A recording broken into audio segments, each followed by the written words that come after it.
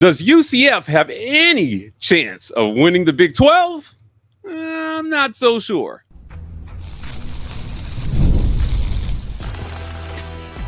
You are Locked On UCF, your daily podcast on the UCF Knights, part of the Locked On Podcast Network, your team every day. Welcome on in to Locked On UCF, your daily UCF podcast. I'm your host, Mike Gittins, and thank you so much for making Locked On UCF your first listen of every day.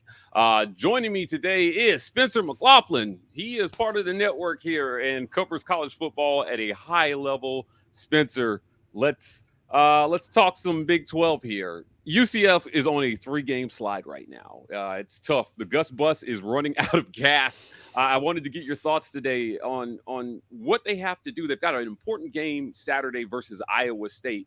But how does UCF come out of this slide, this 3-game slide that they're in? Remember how to put the ball into the end zone so that points go up on the scoreboard, because apparently Gus Malzahn and company have forgotten to do that. By the way, when you said the Gus Bus is running out of gas, I hope you were quoting the bench warmers, because that's where my mind went immediately to an all-time classic. But yeah, this Knights offense got off to such a good start this year. There was the big comeback on the road against TCU. Through the first couple of games, lesser competition, it looked exactly how you wanted it to. You have an SEC experienced starting quarterback in Jefferson who's looking for a fresh start. I thought he'd found a really, really good spot. And now you look up and go, yeah, that didn't go as well as we thought. And there have been rotations made with the quarterback position. So I think it's really disappointing. But the opportunity to win the Big 12 lies on every single week for UCF now, starting this week. If you win the rest of your games, yes, you can find yourself in the Big 12 championship game. That is absolutely possible since you only have 2 conference losses. But a third, I don't think that'll get you in, even though this is the craziest conference title race in the entire country. I thought it would be coming into this year, Mike, and somehow it's been even crazier. Like BYU and Iowa State. I'm not that surprised at Iowa State being 6-0. I am surprised at BYU. I am on the Cougars hype train. I was slow to get there, but I eventually grabbed a handle as it went whizzing by just before it left the station, and I'm on the caboose right now for it. But I just love the way that this conference is playing out, and UCF can get themselves into the mix, but they've got to win this week, and the offense is just, it's got to be fixed. The defense hasn't been great either, but Mike, I don't watch UCF and think, yeah, the defense is a huge problem. There's an issue here. It's like, no, last time I checked, UCF in their last 3 games has scored fewer than 20 points twice and 21 in the other one. Like, this is just not a conference where that's going to work out, because there are too many good quarterbacks and too many great offenses up and down the league. It feels like that conversation about quarterback is something that we're talking about across college football. They made the decision to bring KJ Jefferson in here, and when that didn't work out, what was the backup plan? We're going to talk a little bit about that later, but how disappointing is it to bring in a guy like KJ Jefferson and then have to bench him at the midpoint of your season? It's tough for any college football team. There are transfer quarterbacks that you can peg as having a short leash coming into the year, and whether that's a transfer that year or a transfer from a prior season, KJ Jefferson was not on my radar for that in a big way. Like, that's a guy who I didn't expect to be the best quarterback in the conference, but I thought, given his experience and his working with Gus Malzahn, that there was a high floor. I liked that marriage a lot because I think stylistically it works. I've always been a Gus Malzahn fan. I did not think Auburn was wise to move on from him, and I was proven pretty right about that, because it has gone downhill. And especially after they hired Brian Harsin, I was like, that's the guy. Really?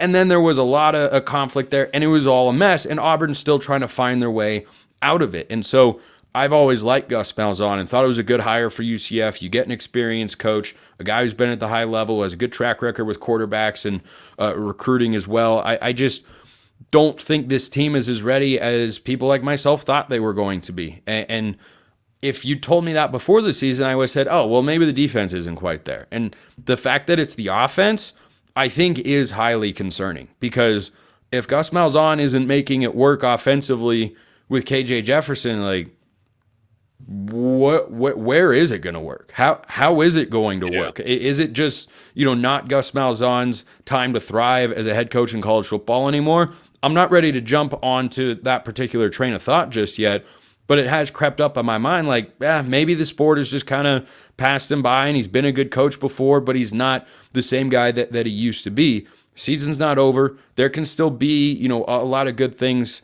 to come from this year. Like if UCF finds their way to a bowl game and your first 2 seasons as a Big 12 team, you're making a bowl game, that's an accomplishment. That's a notable accomplishment. But I had higher hopes for the Knights, and a lot of other people did as well coming into this season. They've been a disappointing team so far. Yeah, sticking with that theme about this possibly being a disappointing season, in the 12-team playoff era, UCF is one of those teams I think a lot of people were thinking should be primed to sneak in the back end of a 12-team playoff. They have some opportunities here in the next couple weeks. They've got BYU and they've got Iowa State, both nationally ranked, that if you pull out wins, then maybe the perception of this season starts to change as far as trajectory is concerned. But I'm disappointed, I think, to see the offensive struggles with an offensive head coach. I completely agree that disconnect is concerning, but not so worrisome that you'd say, hey, it's a 3-game slide.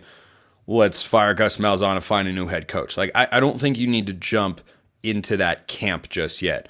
I do think you can look at this season and say, all right, we're not hitting our season here in Orlando, but does that mean there can't still be a good year, a good feeling, something to carry over, something to sell to recruits? Because there is something to the idea of being a transitionary team from the Group of 5 level. Most schools don't make the jump quickly, whether it's FCS to FBS or G5 to the Power 4, whatever it is, it's not an easy thing to do, because the biggest thing, Mike, is you got to stack up recruiting classes and not just you can bring in transfers and that's all good and fine. But look at a team, for instance, like San Diego State in the Mountain West. Go look at the transfer portal class that San Diego State brought in this year. Bunch of guys from the Power 4 level. That's great. You got a higher floor than you did before because you have a certain caliber of athlete at a lot of different positions. You still have to build the majority of your roster through the high school ranks. And I think until UCF can, stack 2 or 3 top 30, 40 recruiting classes, now, I don't know what the rankings have been specifically the last couple of years, but, maybe it's as simple as the quarterback isn't good enough and it's not meshing with the head coach as well as they'd like. I just think that there is something for all of these Group of 5 promotions to the Big 12. They're struggling for a reason. It takes some time to understand how the other teams are coaching their players, how the other team and how you counter that, and how the other teams acquire talent and the level of talent that you can acquire. So I think UCF can still be in a good place. It's just that this year is not going to be everything that it could have been on paper. Yeah, look, I agree with you 100% on building it from high school. You still got to be able to build this thing from high school. The portal is there, but I still see it as a supplemental role. And so many teams are one quarterback away from being in a 12-team playoff conversation. And UCF feels like one of those squads. Look, they're 1-2 in the Big 12 right now, but you can make a statement. You can get back in this thing this Saturday with win versus Iowa State, who is top 10 right now. They're number 9 in the country, and obviously BYU sits there the week after at number 13. Can the Gus Bus do it? He's definitely going to need a quarterback to do it, and we're going to talk after the ad break about why UCF needs to figure out quarterback and figure it out quickly. But first, a word from our sponsors. Today's show is brought to you by our friends at FanDuel, America's #1 sportsbook. This weekend, UCF is looking like a 13.5-point dog to Iowa State. And they're 0-2 versus the spread, coming off losses so far this season. So whether you think they'll beat the spread or not, go check out our friends at FanDuel, and you'll get started with $200 in bonus bets when you place your first $5 bet. That's FanDuel.com. KJ Jefferson got benched. We mentioned that at the top. And they've moved on to EJ Colson and Jacurri Brown.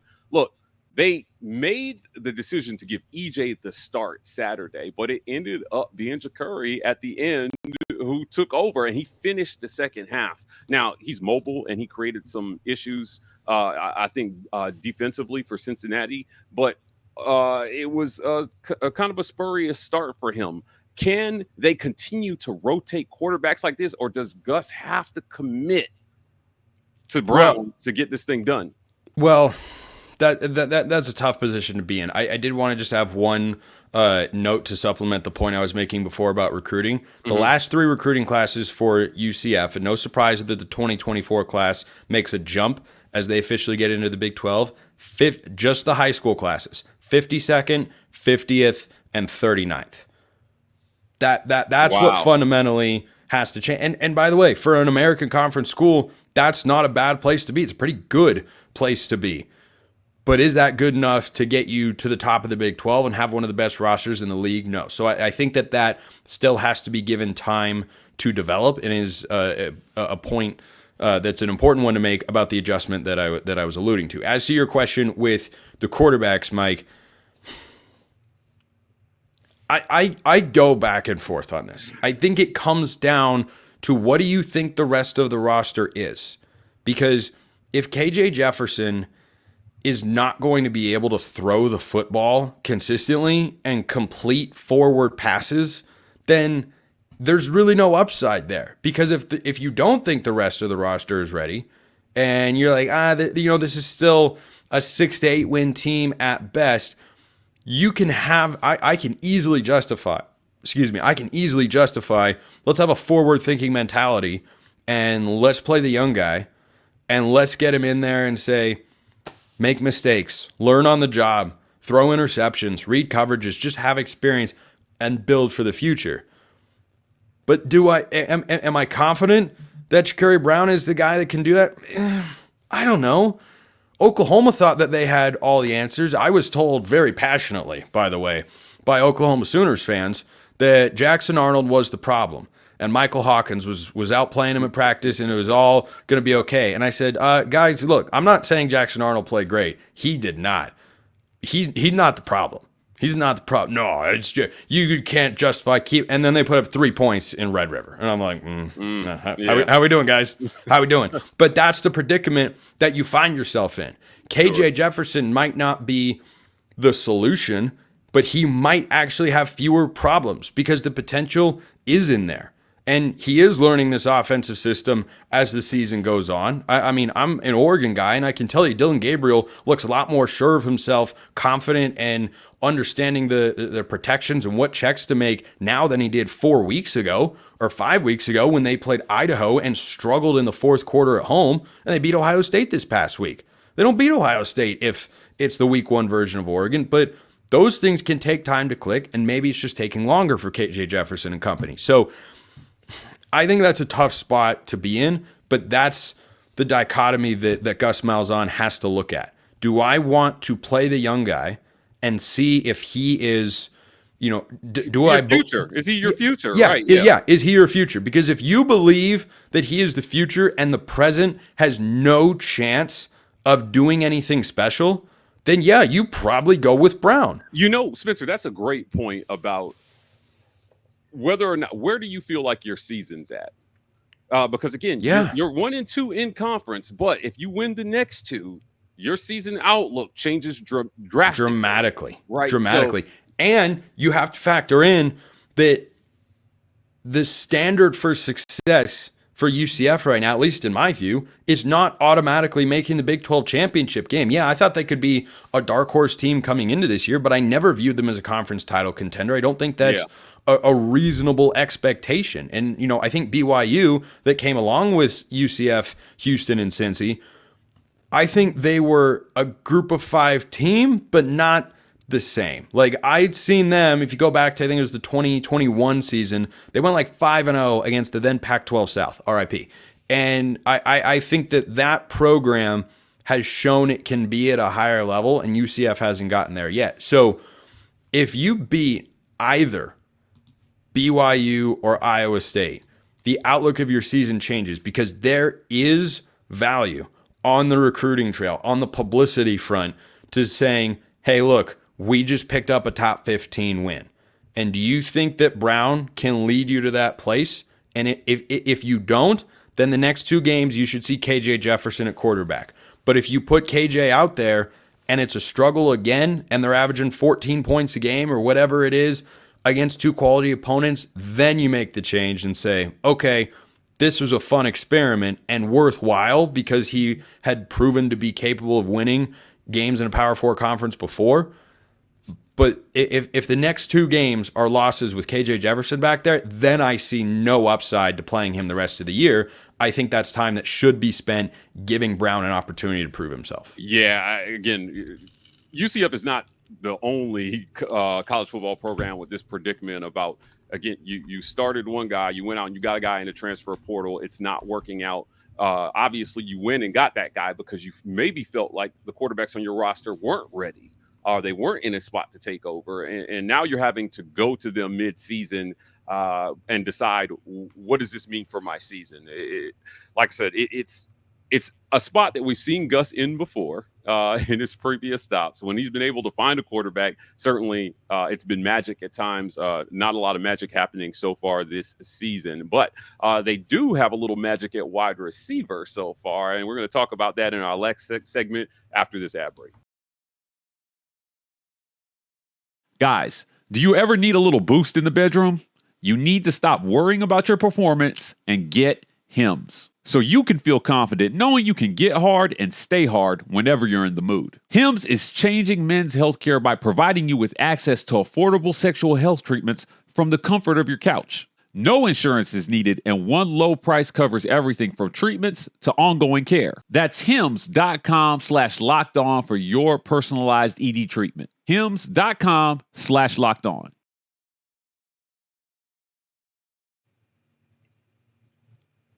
Spencer, Kobe Hudson is having himself a season. Yeah. Former Auburn wide receiver, somebody Gus is very familiar with.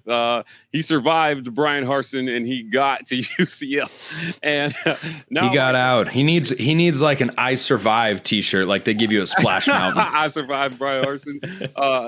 That's wrong. Harson's a friend of mine. But look, at the end of the day, he is a bright spot for this offense. So versus Cincinnati on Saturday, Kobe Hudson left the game with 7 catches for 114 yards and a touchdown. That's a great day by any stretch of the imagination.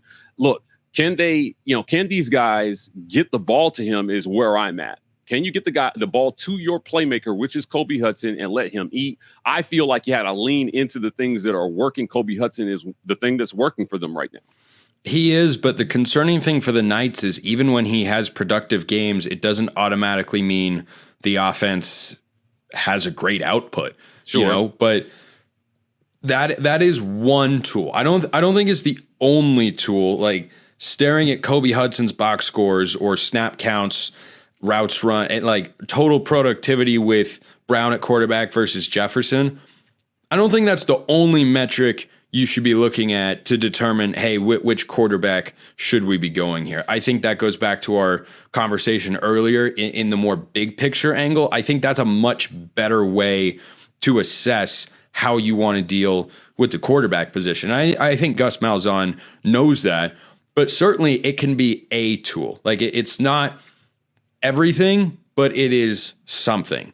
Because if your quarterback goes back there and you look up at the end of the day and you go, was Kobe Hudson really only open twice and had 1 catch for 14 yards like he did against Florida? Like, did that really happen? Now, maybe if you go back and watch every snap of the All-22 film of that game, which I have not, maybe Florida says, yeah, Kobe Hudson's really, really good. And he was really good last year, and we know they're going to go to him again. So we're just going to bracket him on every single play. Last week, I watched Oregon bracket Jeremiah Smith a lot. Guess what? He still had a 100-yard day. Yeah. Because you have to be able to identify, hey, they're showing this coverage like they're giving safety help, but that guy drops down in the box. It's single high. I got to be able to take a shot. I got to be able to give him opportunities, because when you have somebody that's a dynamic playmaker like that on the perimeter, you got to be able to get him the football. And that comes down to the quarterback play, but that also might comes down to the coach. And for the most part, from what I've seen from UCF this year and what you see from Hudson's numbers statistically, they've done a good job of getting him involved in the offense. it feels like there could be a next gear, a next step where, he's had, I just want to have my numbers right here. He's had 3 games this year with 1 or 2 receptions. That's too many through 6.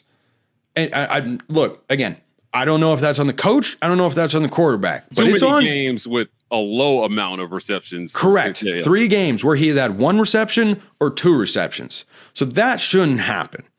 That should not ever be the case when you have a guy that is this talented. You have to scheme ways to get him the football. You have to be able to deliver him the football and give him a chance to impact the game, especially for a struggling offense. Certainly when you look around college football, Spencer, you see that the better teams are finding ways to get their playmakers the ball. If you're like Luther Burden, look, they're throwing the ball at you multiple. You're getting targets, certainly. Kobe Hudson is averaging 20.7 yards per catch. For perspective, that's top 20 in the country, but that's 3 yards away from being top 5 or 6 in the country. So that's how good he's doing when they're able to. And I'm glad you brought up a guy like Luther Burden, because is Hudson on that same level? No, he's not one of the 3 best wide receivers in all of America. But if you talk about guys like that, Jeremiah Smith or Ryan Williams at Alabama or Tetairoa McMillan, there's no shortage of involving him. Now there's a line you cross where, hey, you're kind of force feeding him the ball and, the defense knows you're only going to go to this guy in this situation. But other offenses don't have half of their games where a top target like that is just taken out of the picture. Yeah. And if you want to attribute that to, the quarterbacks haven't been good enough. They can't get the ball down the field consistently. They're not taking shots. He's got 1v1s. They won't give him an opportunity. Blame whoever you'd like. But I think step one for UCF is find a way to make him a threat, not just because he can be productive, but also because he draws a lot of attention. Yeah. And if he draws attention, that opens up the opportunities for everybody else in a passing game that has really, really struggled this year. Yeah, I think probably the most exciting thing for UCF fans and for UCF itself is that Jacurri Brown was able to come in and find some chemistry with Kobe Hudson really, really quickly in that game. Obviously, he ended 7 catches for 114 yards and a TD. That needs to continue if they want to continue to have a chance against a tough. That's what his stat line should be: 2 out of every 3 games, and then his off games should be like 4 catches for 45 to 50 yards and a TD. And yeah, still a TD. Probably like that. Like that's what it should be the rest of the year. And if Brown's a guy that can make that happen, I understand going to him. But do you want to put, Brown is a true freshman, right? From this 2024 class. Yeah. Are you going to put him out there against the number 13, number 9 team in the country that both have great defenses? Yeah. It's tough. I know KJ Jefferson hasn't been perfect, but do you really think a true freshman gives you a better shot? Because Oklahoma did. Didn't go very well. Yeah, didn't go very well. Well, I'll tell you what is going well is me having you on Locked On UCF to talk a little bit about what their prospects for their season are, how their QBs are going to do, and whether Kobe Hudson can continue to be a man for Gus Malzahn. Before we get out of here, Spencer, tell people where they can find your work. Well, my work is down there in that lower right corner, Locked On College Football on YouTube and wherever you get your podcasts. I also host Locked On Ducks, also on YouTube and wherever you get your podcasts. And I don't know if I've told you this before, Mike, but I'm the primary play-by-play announcer for Southern Utah University as well, mostly on ESPN Plus, and I do some radio work too. So I'm a busy man during football season. Hey, listen, as are we all. Follow Spencer on Twitter. He's a great follow, guys. That's it for another great edition of Locked On UCF. Tune in tomorrow. We're going to be talking a little bit more with our guy, Stat Boy Andrew, about what UCF needs to do versus Iowa State. Guys, we're out. Thanks for making Locked On UCF your first listen of every day.